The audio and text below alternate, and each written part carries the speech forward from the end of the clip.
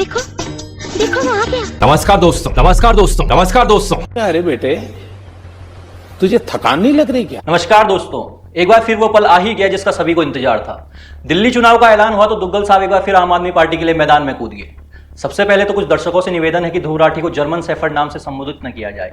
ये असंसदीय भी है और अनैतिक भी। कुत्तों की भी वफादारी होती है, वे भी अपने मालिक के लिए वफादार होते हैं। ऐसे में कुत्ता समुदाय को बुरा लग सकता है और मैं ठहरा एक कुत्ता प्रेमी।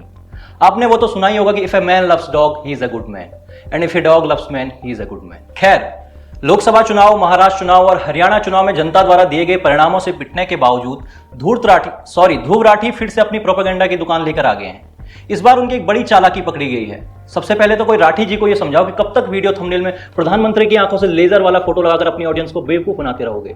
बिगेस्ट इलेक्शन फ्रॉड नाम से राठी ने थंबनेल लगाकर वीडियो से सनसनी बटोरनी तो चाहिए, लेकिन जैसे ही उन्हें समझ आए कि ये बात वो सिद्ध कर ही नहीं पा रहे हैं तो दुग्गल साहब ने चुपके से थंबनेल बदला और लिख दिया बस अलर्ट। क्या लगा था किसी को पता नहीं चलेगा? और जो झूठ तुमने एक हफ्ते तक फैलाया है, एक थंबनेल बदलने से उसकी सजा माफ हो जाएगी। भारत के चुनाव आयोग को इसका संज्ञान तो लेना ही चाहिए, क्योंकि ध्रुव राठी वीडियो में यही बात ठेल रहे हैं कि दिल्ली या अन्य जगहों पर बड़े स्तर पर वोटर्स के नाम हटाए जा रहे हैं। पूरे देश में लाखों लोगों के नाम इसी तरीके से वोटर लिस्ट से काटे गए हैं और काटे जा रहे हैं। और ये बात वो किस आधार पर कह रहे हैं? न्यूज लॉन्ड्री की रिपोर्ट के आधार पर। मतलब वही पैटर्न, इकोसिस्टम का एक साथी रिपोर्ट छापे, दूसरा उसके आधार पर वीडियो बनाए, तीसरा उनका नेता जो अपने अकाउंट्स पर इसका प्रचार प्रसार करे। दोस्तों, जिस चुनाव आयोग पर ध्रुव राठी वोटर्स हटाने का आरोप लगा रहे हैं, एक बार आप इसका पूरा प्रोसीजर सुनिए। इतने बड़े स्तर पर यह किया जाना संभव ही नहीं है। ऐसा होता तो सिर्फ पिछले 4 वर्षों में 15 राज्यों में अलग अलग पार्टियां सबसे बड़े दल के रूप में नहीं जीत पाती। कहा गया कि इलेक्टोरल रोल्स में रॉन्गफुल एडिशन या डिलीशन कर दिए गए। जब भी इलेक्टोरल रोल बनता है, रेगुलर मीटिंग्स होती हैं, फॉर्म 6 के बिना हो नहीं सकता। बीएलए हर पार्टी को अपॉइंट करने का अधिकार है। जो भी क्लेम्स एंड ऑब्जेक्शंस आते हैं वो हाथ की हाथ हर पॉलिटिकल पार्टी के साथ में शेयर किए जाते हैं। वेबसाइट पे ड्राफ्ट डाला जाता है। पोलिंग स्टेशन के रेशनलाइजेशन में कंसल्ट किया जाता है। कोई डिलीशन हो ही नहीं सकता। दूसरा, ध्रुव राठी अपने वीडियो में चुनावी प्रक्रिया को गलत साबित करने के लिए लॉजिक दे रहे हैं कि विपक्ष के मुकाबले भारतीय जनता पार्टी ज्यादा चुनावी बूथ पर मौजूद है। बीजेपी ही एकमात्र ऐसी पॉलिटिकल पार्टी है जिसके लगभग सभी सीट्स पर एजेंट्स हैं। अरे मूर्ख, माना कि तुम्हें बस तैयार किया हुआ मटेरियल स्क्रीन पर पढ़ना होता है, लेकिन एक बार देख तो लो बोल क्या रहे हो। अब यह भी मोदी की गलती है कि नॉर्थ ईस्ट के किसी राज्य के किसी कोने में आम आदमी पार्टी को चुनावी बूथ पर बिठाने के लिए अपना कार्यकर्ता नहीं मिल पा रहा है। या यह भी चुनाव आयोग की गलती है कि केरल, तमिलनाडु में समाजवादी पार्टी का एजेंट बूथ पर ही नहीं बैठ पा रहा है। मतलब क्या सोचते हो, अच्छे ग्राफिक्स और एडिटिंग के सहारे जनता किसी भी जानकारी को सही मान लेगी?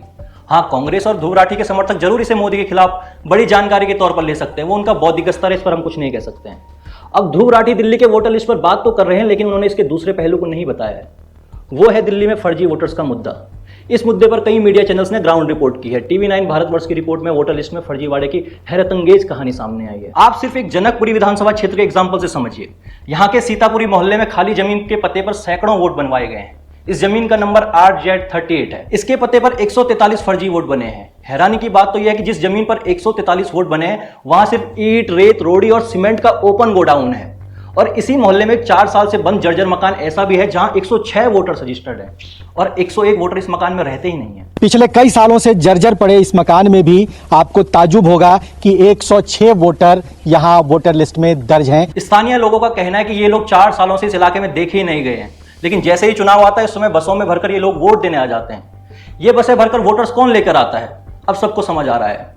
क्या ध्रुव राठी जर्मनी से दिल्ली आकर इन वोटर्स का पता लगा सकते हैं, या अपने पुराने मालिक अरविंद केजरीवाल के लिए चुप्पी साधे हुए हैं? दोस्तों, जनकपुरी के हर मोहल्ले में फर्जी वोटर्स की भरमार है। यहाँ मकान नंबर A224 के पते पर कुल 12 फर्जी वोट हैं और ये सभी मुस्लिम हैं, लेकिन इनको कभी किसी ने यहाँ देखा ही नहीं।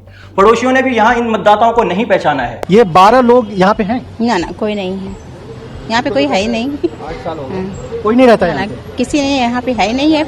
ये बंदे को नहीं देखी हूँ तो अब कैसे बता दूँ ये है। यहीं के अब्दुल वारी के मकान पर 42 वोटर रजिस्टर्ड हैं, लेकिन घर में सिर्फ 4 ही वोटर है।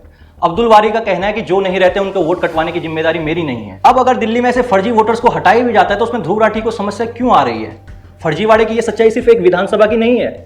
सोचिए 70 विधानसभाओं में क्या हाल होगा। क्या ध्रुव राठी इस पर कोई वीडियो बनाएंगे? नहीं।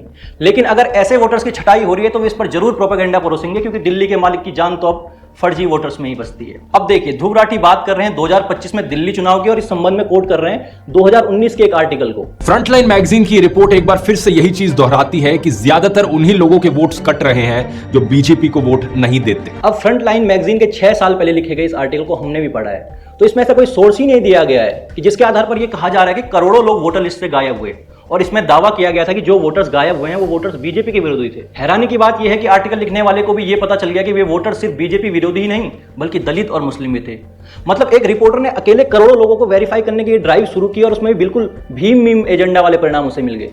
ऐसा कैसे हो सकता है? इस आर्टिकल को लिखने वाली दिव्या त्रिवेदी के लेखन प्रोपेगेंडा का स्तर आप उनके अन्य आर्टिकल से समझ पाएंगे। कभी हिंदुत्व के खिलाफ तो कभी भारत विरोधी और लिबरल्स की फेवरेट औद्री तुस्के के साथ इंटरव्यू, यहां तक कि मोहतरमा ने तो कोविड वैक्सीनेशन ड्राइव को भी असफल बता दिया था। तो ये है इनकी विश्वसनीयता और इनके आधार पर वीडियो ठेलने वाले ध्रुव राठी की विश्वसनीयता। मतलब फिर वही इकोसिस्टम का पैटर्न, एक दूसरे को कोट करो, मकर जाल ऐसा बुनो कि आम दर्शक उसमें फंस जाए। दोस्तों, अक्सर कभी कभी हम में से भी कई लोग कुछ वीडियो देखते हुए इन विषयों पर अधिक गौर नहीं कर पाते हैं, लेकिन जब भारतीय राजनीति में अरविंद केजरीवाल और राहुल गांधी जैसे नेता ध्रुव राठी के प्रोपेगेंडा के सहारे जनता को भ्रमित करना चाहते हो तो फिर यह हमारा काम बन जाता है कि आप तक इनकी सच्चाई पहुंचाते रहें। अब उम्मीद करते हैं कि ध्रुव राठी अगला वीडियो दिल्ली के फर्जी वोटर्स के मामले पर जरूर बनाएंगे, नहीं तो फिर दिल्ली में यमुना प्रदूषण, मोहल्ला क्लिनिक, शराब घोटाले जैसे तो कई मुद्दे हैं ही। बस इस बार उन्हें ये याद रहे कि उसमें भी वे पीएम मोदी की आंखों से लेजर निकलने वाला फोटो लगाना ना भूलें।